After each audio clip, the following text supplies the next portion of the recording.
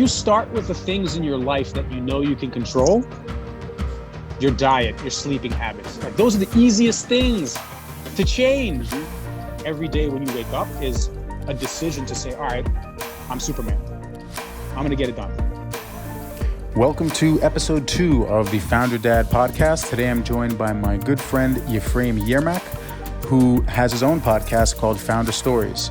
I was lucky enough to be invited, and we had a very engaging conversation about my own story with my startup, being a founder, being a dad, the things that motivate me, the challenges I face, how to get through those challenges, and advice I'd give to other founders on their own journey.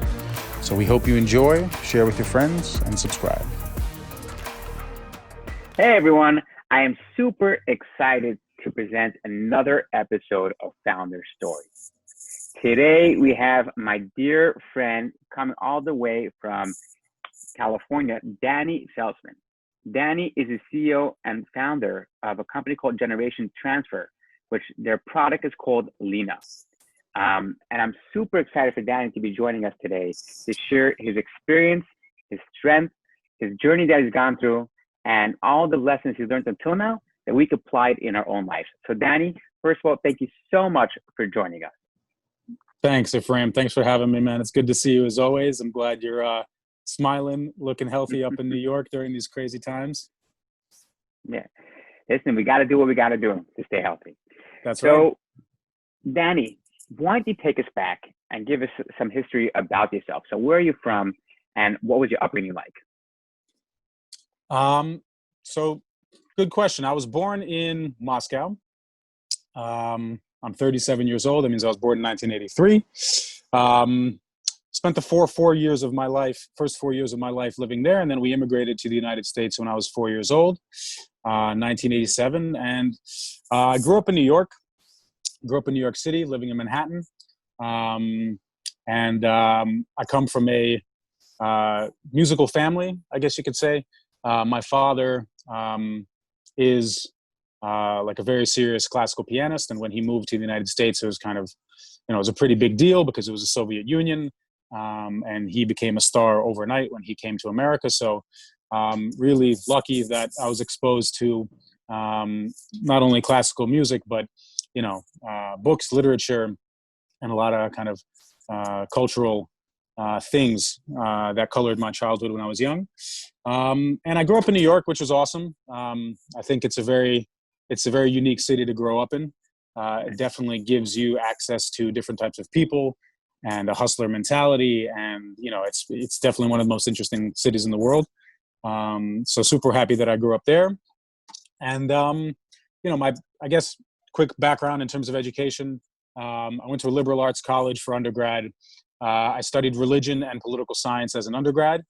Religion was interesting for me just because, again, kind of my father was always interested in, Eastern spirituality, and he always had a lot of interesting books laying around.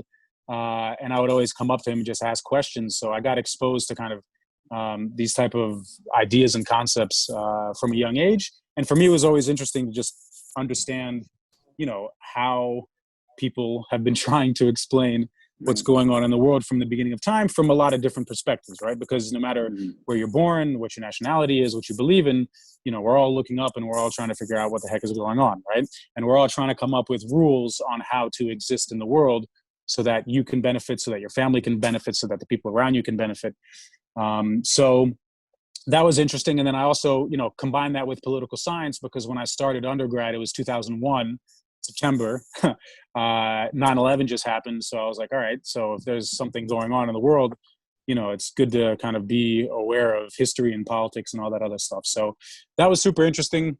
And then after undergrad, wasn't sure what I wanted to do, but I knew I was interested in the topics that I was studying. And then I went to NYU and got my master's in international affairs. So I continued studying what was going on in the world, studying organizations like the World Bank, the World Trade Organization, global macro economics, global political economy. So that stuff was always super interesting for me, and I got definitely a deeper understanding of how all these systems work, which in our time is good to know, right? Because there's a lot of things changing and a lot of things happening. And then, Danny, let's take a break. Danny, let's take a quick break there. What was it like, growing up with parents, immigrant parents? And you were too young to remember the difference between coming from Moscow Mm. to New York City. What was it like growing up with immigrant parents? Related more to relative to your classmates. Well, I never felt, maybe because I moved to the States when I was young, I never felt like an outsider. I never felt like I was considered Russian or anything like that. I mean, I lived in New York since I was 4 years old, and, I was just as much of a New Yorker as probably the people that I was going to school with, right? So I think it's good that you have, being in a place like New York City, nobody asks you, like, what's your nationality, what's your religion? And it was great. I mean, immigrant family, my parents spoke English at home. We watched movies in English. We watched sports together. We did the barbecues. We did the fishing. So I definitely didn't feel like an outsider.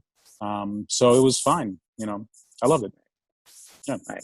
No, I got you. So, a lot of times, for example, I'm trying to understand, where your entrepreneurship journey and hustle came from. And we find it a lot of times that people, come to America, obviously, the immigrants. Mm-hmm. It's first of all, incredible journeys. And they come and they have that mentality that I need to make it Mm-hmm. in this new country to land. Well, there is one thing. I mean, and I think I realized this with age, is that coming from like having a father that was always very well known. I would go to concerts. I would see how he interacts with people. I would see the attention that he was getting, and I would see that his goal was always, to be the best, right? Like maybe not the best, but the best that he could be, right? And he dedicated his entire life from the age of 5 or 6 years old to being a pianist. He put in the work. He practices every day. He's always learning. He's always evolving. He never got comfortable. So kind of, it's not about being in a shadow, because I don't think my father and my family wanted me to be a musician, but I definitely, I don't want to say the bar was set high, but I felt like, if I'm going to do something, I want it to be something meaningful, and I don't want to say the best at what I'm doing, but I want to be known for doing something really, really well, or bringing something into the world that's, unique and, awesome on a very high level. So kind of that's always been in the back of my mind. Although the jobs that I was working previously, like when I finished graduate school or when I moved abroad, they were never, dream jobs. Like, I used to do fixed income sales. I used to do commercial real estate. I wouldn't go through childhood saying, wow, I want to be an investment banker, or wow, I want to like flip commercial real estate. I never actually asked myself the question of like, what am I genuinely interested in? Like, if I could do anything I want and I knew that I would be successful at it, what would I do? I was kind of always, because I probably grew up in New York, and this, like, things are put into our minds, like, you either have to do banking or law or medicine, or you have to do this, or, especially back in the day, it was less opportunities to be as creative, and you had to follow the mold, right? You get an MBA or you get your law degree. So I was kind of always moving in that direction. So tell me about like this, you obviously grew up in your father's shadow, and you have the sense that, and you're able to understand from your father that, what it means to be successful, to put in hard work, to be determined, to work towards a goal. Then you go ahead and you obviously graduate from NYU, and you go through the whole entire process of getting your MBA, working investment banking and real estate. Where did your entrepreneurship drive come from? And at what point did you say, like, you know what, screw all this, I'm going to transform myself. I'm going to jump into the most risk possible thing, take the most risk and start a company. I'm going to stop being risk averse. Where did that mindset and change come from? Yep. So it was a step-by-step process. I think there was, my entrepreneurial spirit clicked on when I, started closing deals and started making like a decent amount of money. And I was like, oh, I actually like enjoy doing this. I like closing deals. Like I like talking to people. I like the sales process. I've always been, I guess, a sales personality or sales guy. But at some point I realized, all right, I'm, you could say working for like a bank, or I'm working for somebody else. I'm putting in a lot of energy. I'm putting in a lot of time. Am I really getting the fruits of all the labor and all the time that I'm putting in, or not? And at some point, me and a friend just were said, look, I have a good sales background. He comes from a real estate background. Why not we just try to put this together? And like, if we're going to be putting in the working like 8 to 10 to 15 hour days, we might as well do it when we know that, like, if we're going to be closing deals, we're not going to have to share the money with anybody else except for ourselves. So that was, I think, in 2012, 2013.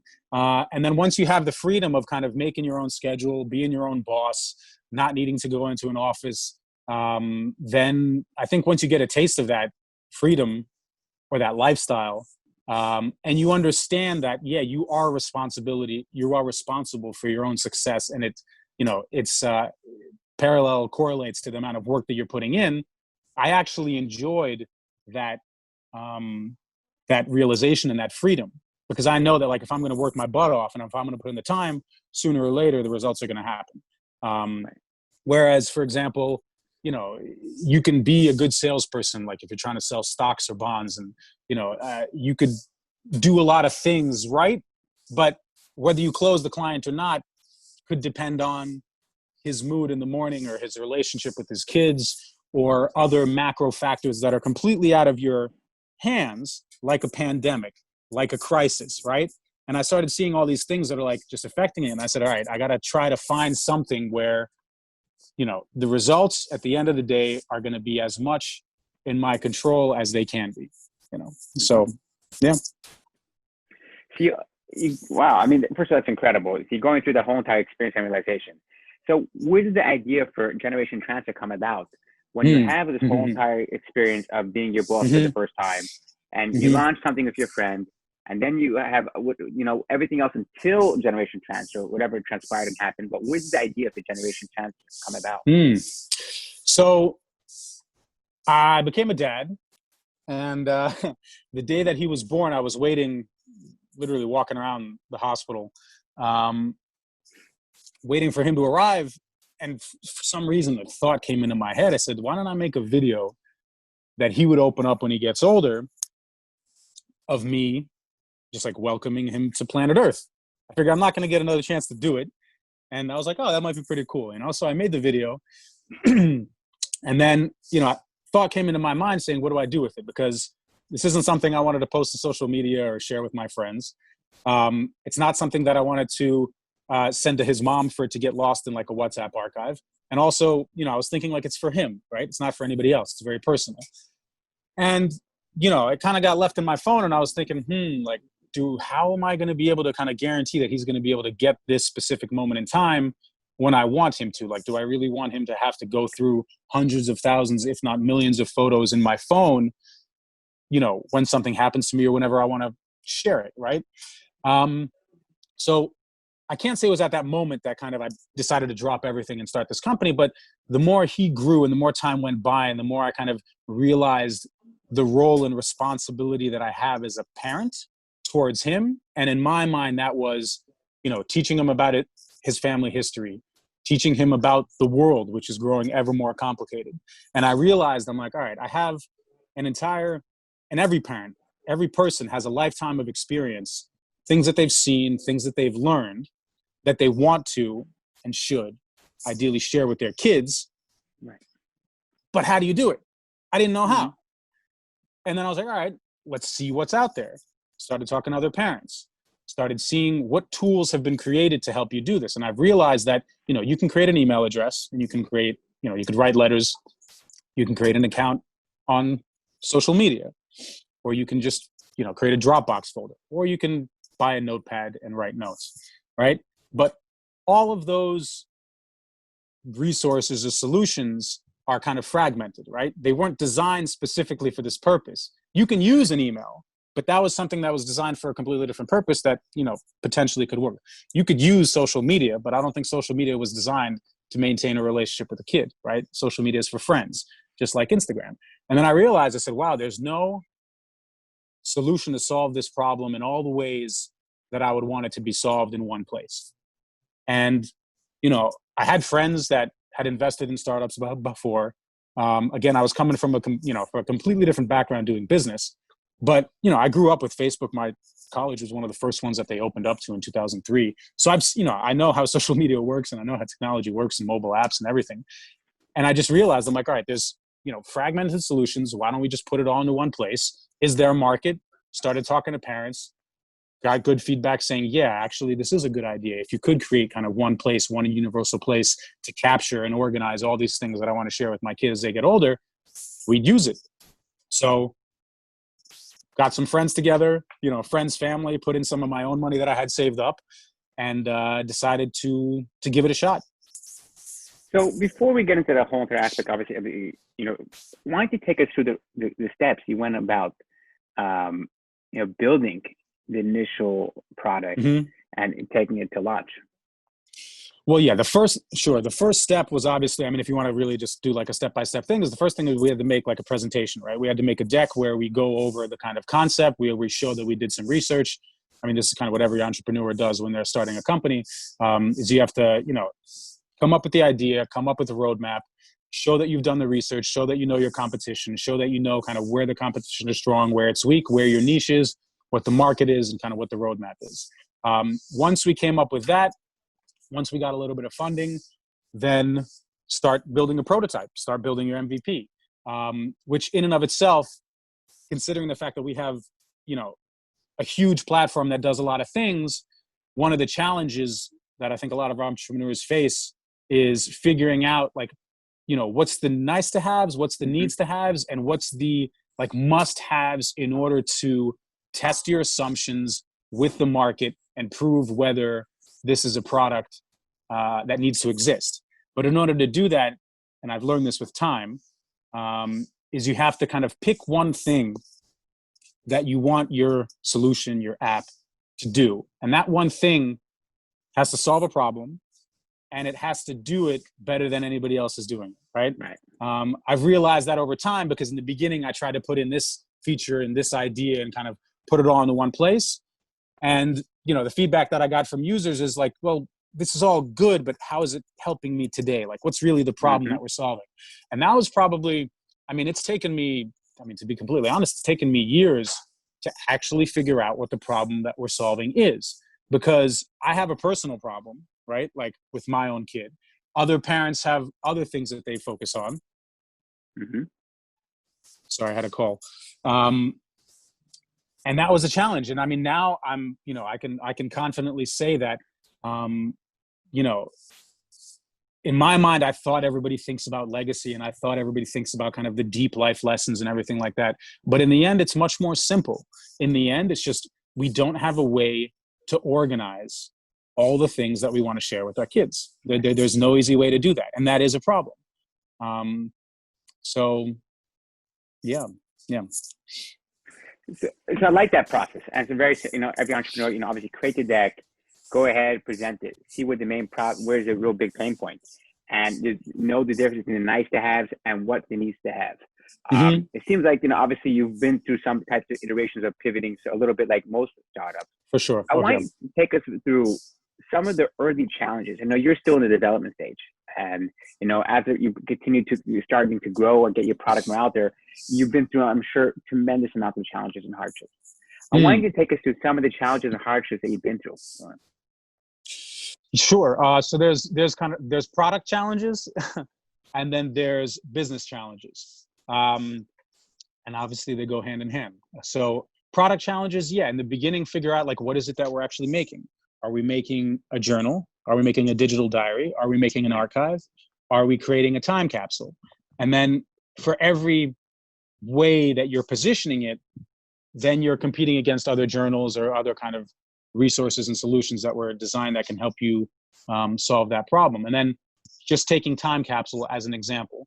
When we tried that concept, I realized that, first of all, on a subconscious level, if we're using the word time capsule, people already have an idea that it's something that's static. It's something that you put into the ground. It's something where you put information, you forget about it, and you don't have any action with it anymore, right? I'm leaving it for my kids. And I realized that I don't want to put on all this information and just forget about it, right? It's not just a one-time thing, right? I want this to be something that grows together as your child grows and as you grow, for the relationship, right? It's not just about leaving something for the future, and it's not about thinking about when you're going to be gone. It's about, and I've realized this with time after talking to users is, you want to have a relationship with your child that's better. You want to have a meaningful, lasting, and significant relationship with your kid. So how can we help you do that? Instead of just organizing a bunch of information, how do we make that information accessible to children and start a dialogue? because there's no place in the digital realm where parents can connect to their kids and engage in meaningful conversations. We have apps, resources, and solutions that have been designed to manage every aspect of our personal and our professional life, except for potentially the most important. Right. And I think what helped is getting out of my own head and talking to more users. You got to do customer development, like as much as possible. And the more I talk to users, the more I realize I'm like, all right, what do they want? What do they want to see? What's the problem that they're actually solving? So I had to take myself a little bit out of it and talk to the people that we're creating the product for, right? Yeah, some of the biggest things, as an entrepreneur, a lot of times, what we think people need is always not the right thing. Is the right thing. Most times, well, we always have to go and speak to the end user, saying, "Hey, what is it that you need? What is it that you like about it? What is it you're actually going to use?" As in, thinking like, we had this pain point. Let me go ahead and create something because I have that pain point, and if I have that pain point, it must mean another 100 people have that pain point. And not necessarily doesn't look like that. So, but I like the fact, the product issues. Well, I want you to take us through more of the personal issues and challenges. No, not the business, the personal challenges that you went through in going about and building a startup. Well, I mean, look, the personal challenge is taking a big freaking risk when you have a kid, saying, look, I'm going to leave stable salary, stable cash flow from deals, something that is kind of more or less, what's the word, prognosis, but you can plan for, to saying, look, I'm going to literally stop doing everything, put everything into this and roll the dice. And it's not going to be an overnight success, right? Whereas if you're flipping stocks and bonds, you're flipping real estate deals, that okay, it'll take you anywhere from a couple of weeks to a couple months to kind of close a deal. And you can kind of say, all right, I have 20 deals in the pipeline. I'm going to convert 10% of them. I'll get 2 deals a quarter. That means I'll make this much money. And I don't have to worry about it. But now it's the responsibility of saying, all right, I'm taking my money. I'm taking, the risk of the family situation. I'm taking money from investors, and we got to produce and we got to make it happen. And obviously I want to move 1,000 miles an hour, but you can't move as quickly as you'd like with, a limited budget and a limited team. So psychologically, I mean, for me, it's not even an issue anymore because I've been living in it for so long where, the responsibility and the weight, it's just normal. You know what I mean? I don't even feel it. Right. But yeah, in the beginning, especially because I was spending time away from my son. My son is still in Moscow. Obviously with this company, we're building the team out here in the United States. Our investors are out here. Our target market is the United States. And, we're building alliances and partnerships here. So yeah, I mean, it's a struggle, man. It's a challenge. And I mean, anybody that's an entrepreneur knows that, I mean, I have my personal issues. There are people that are dealing with their own stuff, but it's always a real test of, how much do you believe in what you're doing? How much do you believe in yourself as a founder, as a CEO, to drive this, to build a team, to get partnerships, to get alliances? That's one thing. I've always been, whether it's stocks, whether it's real estate, I've always kind of been a one-man team. And I've realized with time is that you cannot do this without a team at all. And you shouldn't be doing it because you won't be able to manage every single question. And there's no person that can do everything, right? You're not going to be able to do dev and marketing and product and PR and fundraising all at once, right?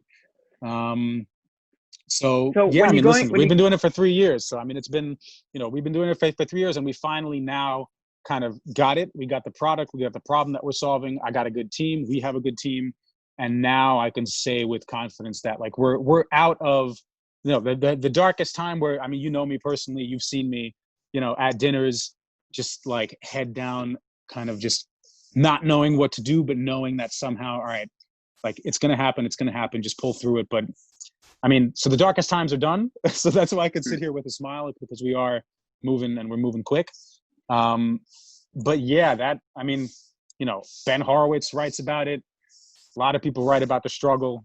And it's a good test of whether you really believe in the product that you're doing, whether you can test assumptions, and whether you're physically and emotionally ready to go through, all the no's and all the changes and all the kind of assumptions that you thought were right that were proven wrong, and how you react to it. You take yourself out of it, you don't have an emotional reaction and say, look, our goal is to make a good product to solve a problem, then every no is actually good. right? Every no you get from an investor could be a potential yes. Just find out. I mean, if the investors, if they want to give you enough time and, they'll give you good feedback, it's always good, right? Every no from a user is, all right, well then, okay, good. So this isn't important for you. So then what do you need, right? So it's just a question of how you process the information that you're getting and just keep on going, man, So when you go into the whole entire early process of all these challenges, that whole entire, let's say, black phase, which, you said, getting a ton of no's, not sure where it's going, lack of direction. And you're still pushing forward because, you had this dream of building out this company. What is mentally, what is keeping you going constantly? What was keeping you going through those dark times? When you wake up and... I mean, I'm going to get emotional. It's my kid, man. It's my son. It's the fact that I know that, like, well, first of all, having kids is a hell of a motivating factor, right? Because you're not thinking about yourself. You're thinking about another living being who you're responsible for. And if you are a responsible parent, then you're going to feel that no matter what. And it's the fact that I know that, like, I've had conversations where I'm like, I'm working on your gift. Because he's small. He has no idea what the internet is. He has no idea what mobile phones are. But he sees that his father is working on a gift, right? And he asks me, like, what's in here? How does it work? And I said, look, this is where you're going to learn about the world, about everything that, about your family, who your family is, about things that I think are important, things that I want to share with you. Because you're going to be growing up into a world where you're going to be we are already overwhelmed with information, right? Fake news, real news, social media networks, advertisers, influencers. Who's going to be educating your kid? Who do I want educating my son, right? And how do I want to introduce him to the world? How am I going to do it? So I know, I believe in the product. I know we're going to be successful. And that kind of, he who has a why can bear almost anyhow. Like Nietzsche, a lot of different life coaches, writers, Jordan Peterson writes about that. But that's true. Like, you need to have some sort of aim, some sort of goal, some sort of meaning where no matter how bad your current daily situation is, or how many doubts you have, or how many no's you hear, you know that, like, all right, this idea may change. We might change the way we position it.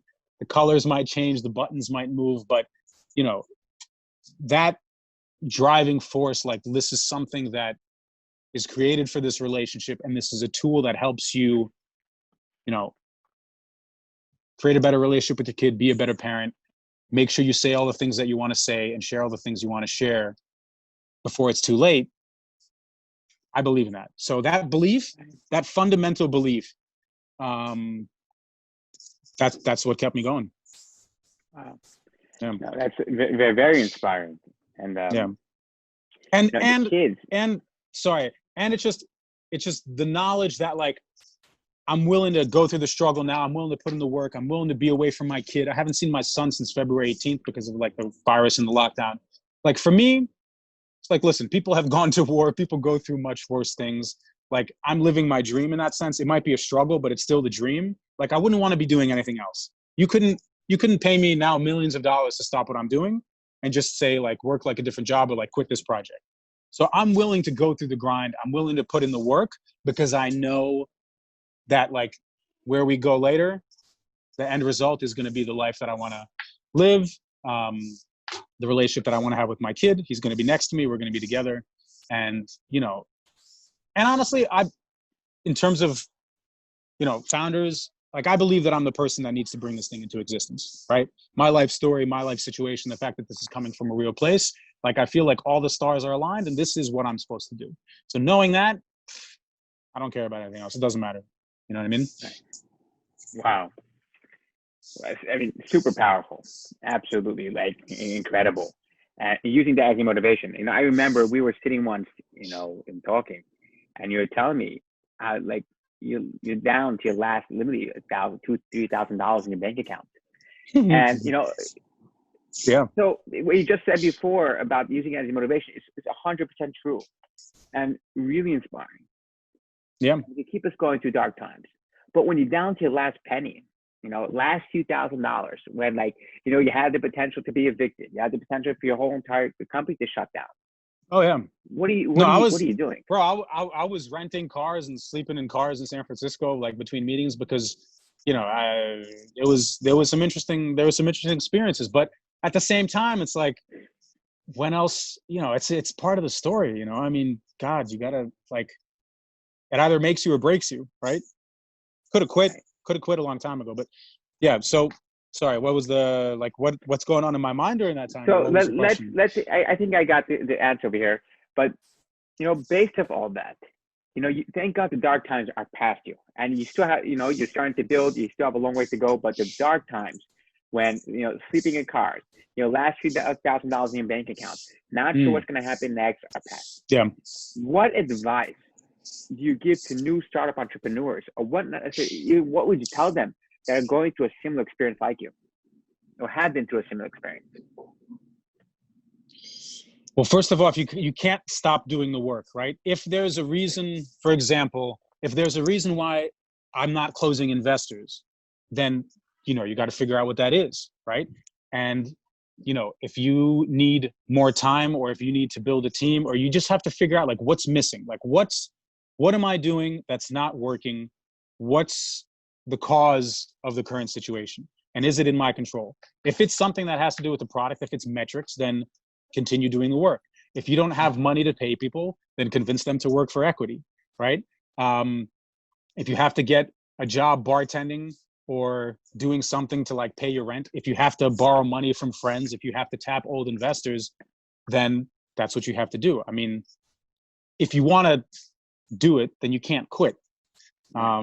So, I was lucky enough where, I did have friends that, they know what I'm working on. They know in detail the things that are getting done, the timeline. So I got help. I raised money.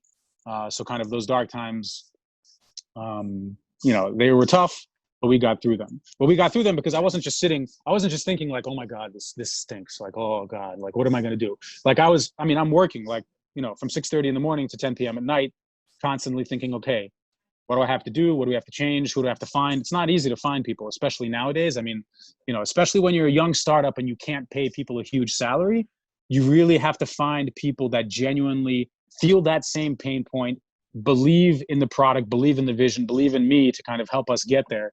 And you have to be able to find those people as well. Like, me coming from a different industry and a different country, coming to a place like Silicon Valley, I have some friends that are making intros, but I was renting cars and I was going to the pitch sessions, even if they were, some of them had points, some of them had interesting people, some of them were completely pointless. And, it's not easy starting from scratch when you're a first-time founder, because there's a lot of fluff. There's a lot of, organizations, incubators, accelerators, coaches, mentors, and, they do good at marketing, and you can't really tell who's real, who's not, right? So yeah, I mean, also, like, accelerators, we've applied to YC probably like 3-4 times.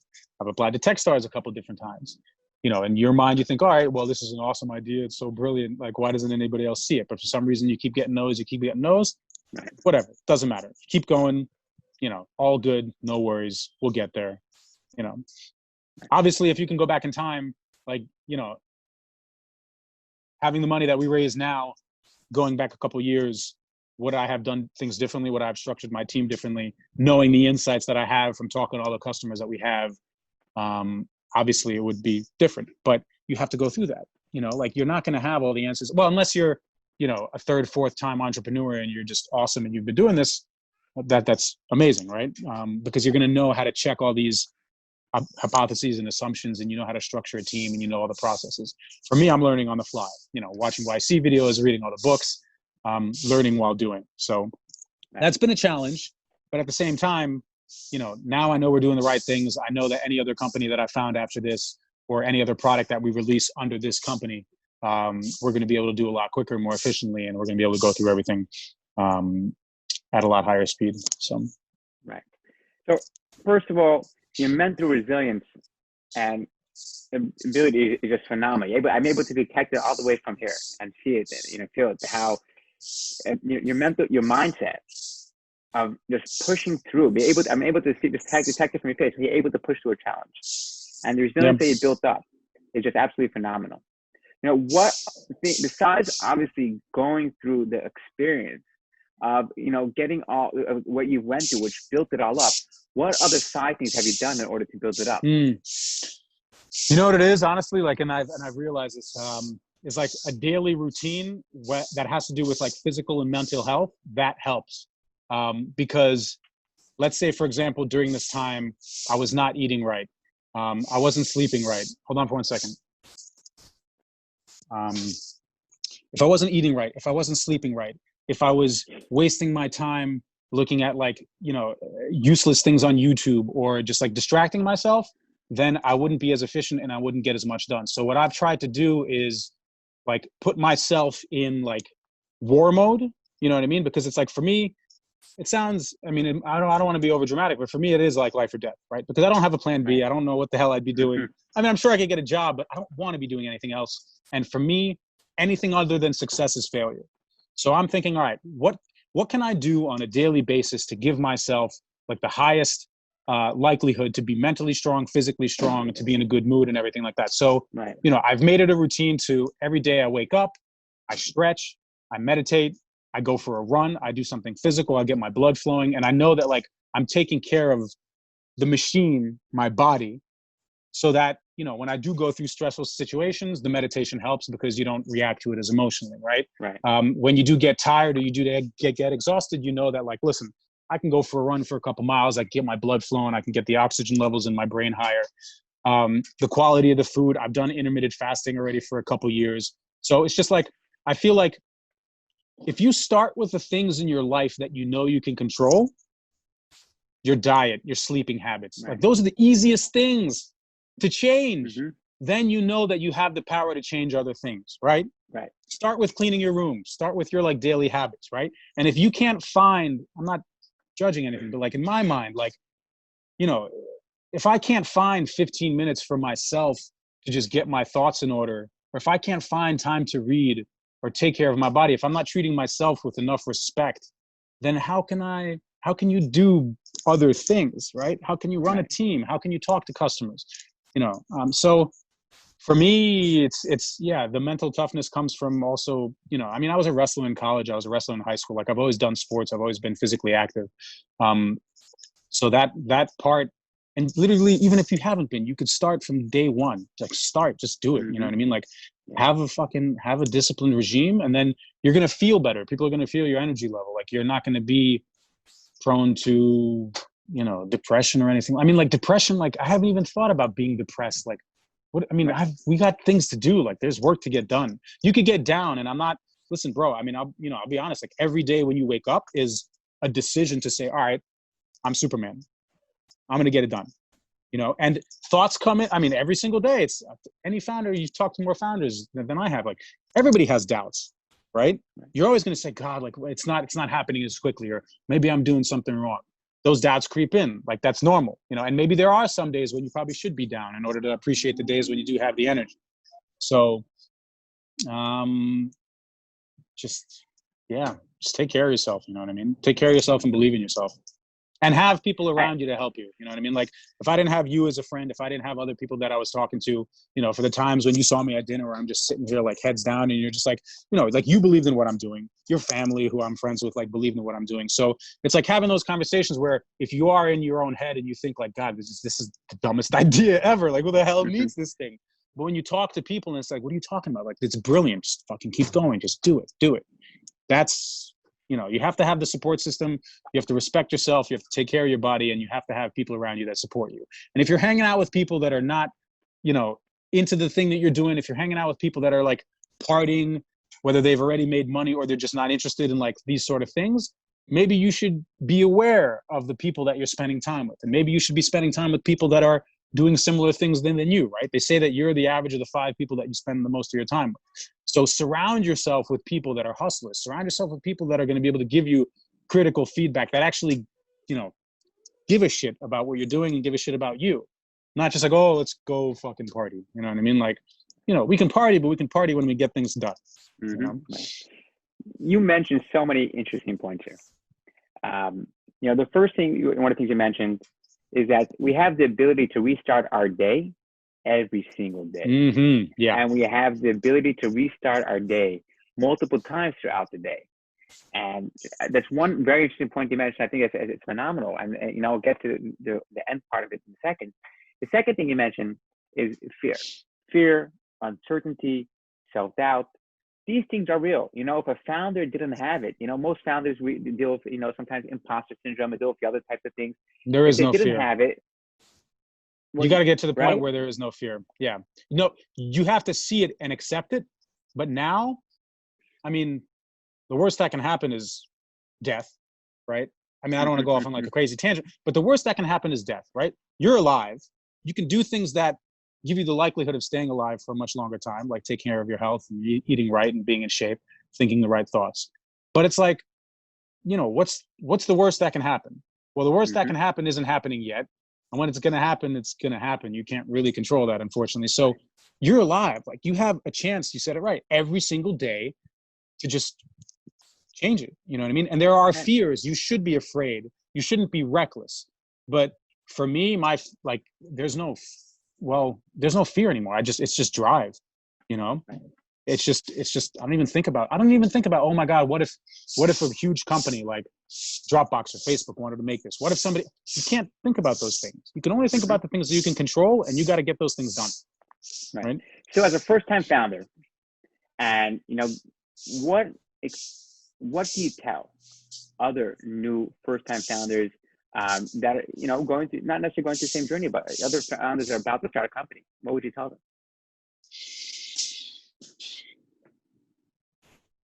Number one, test your assumptions. Test your friggin' assumptions all the time, because everybody has a good idea.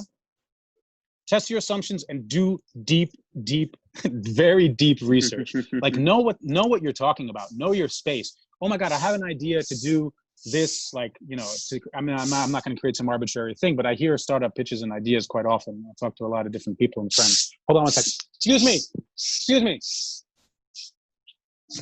Not going to work. So test your assumptions. Like, why do you think this is true? Do you think this is true because you think it's true? Or do you think it's true because you've talked to 150 people and they said, yes, this is true? Right. Always, in the beginning, you really have to test hypotheses and test assumptions, because that's the dangerous thing, is like, you think that you're right? Sorry, this dude is distracting me. Hold on. Sorry. What advice for entrepreneurs? Do research, find out who your competition is, find out like what's your unique selling proposition. Think about the people that that can help you sell the product. How are you going to sell the product? Like, there's a lot of questions that you have to decide for yourself before you go into a venture. Like, what's your sales process? What's your customer development process? How are you going to market it, right? What are the channels? How are you going to growth hack?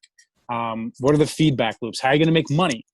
Will people pay for your product, right? Is this something people are going to pay for? How are they going to want to pay for it? So, I mean, look, luckily we live in a time where there's no secrets, right? Like, the formula is completely, the formula is obvious, right? There's all these pitch decks, which basically lay out, go to market, business plan, problem you're solving, competition, market. These are all, like, if you know those 12 slides, if you can answer all those questions, then you have, you can go out and you could try to raise money and create a viable business. And honestly, here's what it is. Honestly, I think, well, no, I can't say this because I don't know. I mean, like, I'm just me, but, you got to be passionate about it. I mean, there's people that found companies just because they see a niche and they solve a problem and they think it can make money, and that's awesome, right?